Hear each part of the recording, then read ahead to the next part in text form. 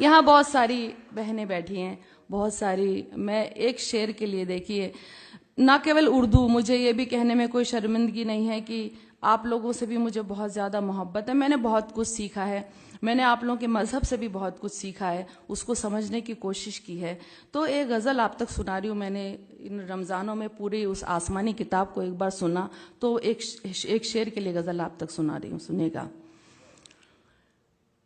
किसी मजलूम के दिल की सदा को याद कर लेना, किसी मजलूम के दिल की सदा को याद कर लेना, किसी भी जुल्म से पहले सजा को याद कर लेना, किसी भी जुल्म से पहले सजा को याद कर लेना।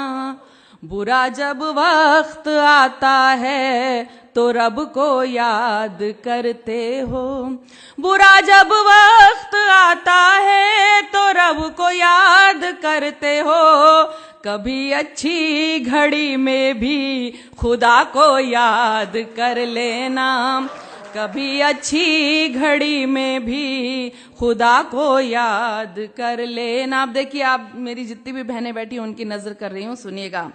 हुकूक औरत के मर्दों से है क्या ये जानना है तो, हुकूक औरत के मर्दों से है क्या ये जानना है तो, कलामुल्लाह की सूरे निसा को याद कर लेना।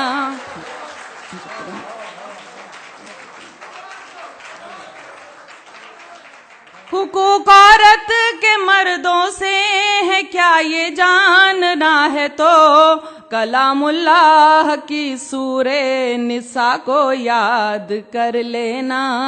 कभी सोचा है तुमको लोग अच्छा क्यों नहीं कहते, कभी सोचा है तुमको लोग अच्छा क्यों नहीं कहते, कभी तन्हाई में अपनी खता को याद कर लेना,